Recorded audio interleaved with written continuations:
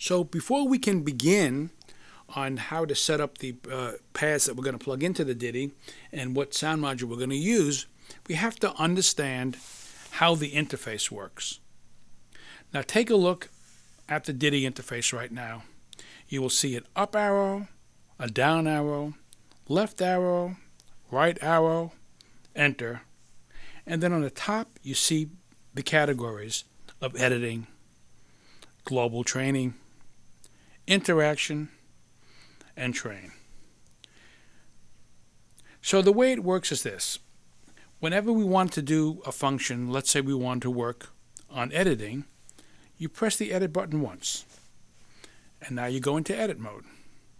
To get out of edit mode, you simply press it again. The same is true for global. Now when you're in a global screen and you want to go back to edit, by just jumping to the edit button, the DITI will automatically remember the last screen that you were editing so that you can get there quick. Now, when I move the right arrow key, the screen changes and moves to the right of the next parameter on the DITI. Now if I go to the global, the screen comes up. Now if I go back to edit, you'll notice the last screen that I was editing is there. But let's say I get confused and I don't know where I was with editing.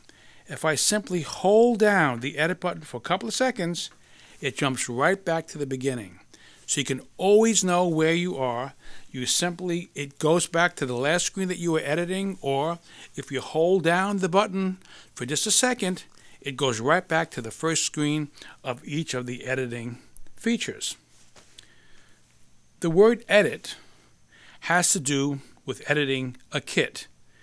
Basically, for each of the pads that are assigned on the instrument, you assign it a channel, you assign it a note number, you assign it a minimum and maximum velocity, and whether they're going to have dampening and gate sounds and how many sounds you want per pad, and whether it's going to be affected by some other pad, and whether the hi-hat is connected, etc., etc. These are all the features that we'll get into when we study the edit section of.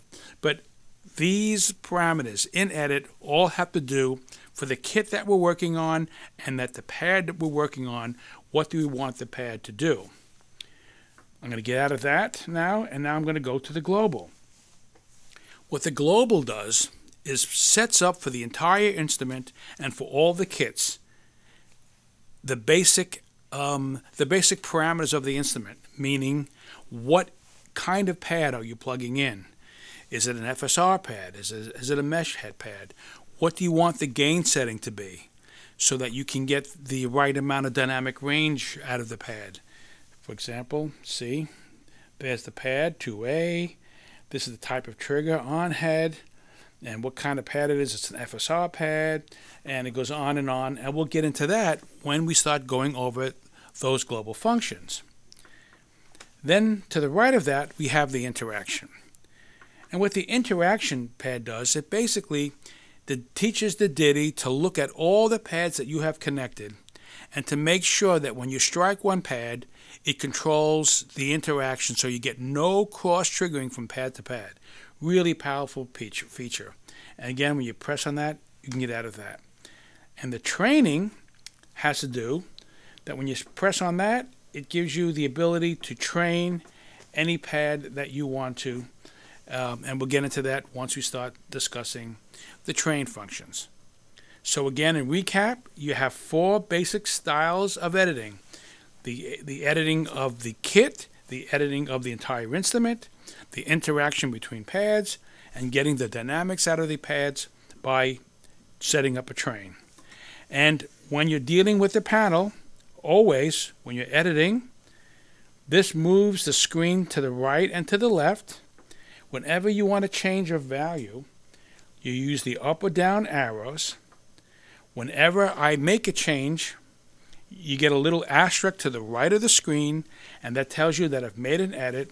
And as soon as I hit the button enter, it loads it into the kit. You don't have to save. Saving is done automatically. The asterisk goes away, and now that parameter is saved in the DITI.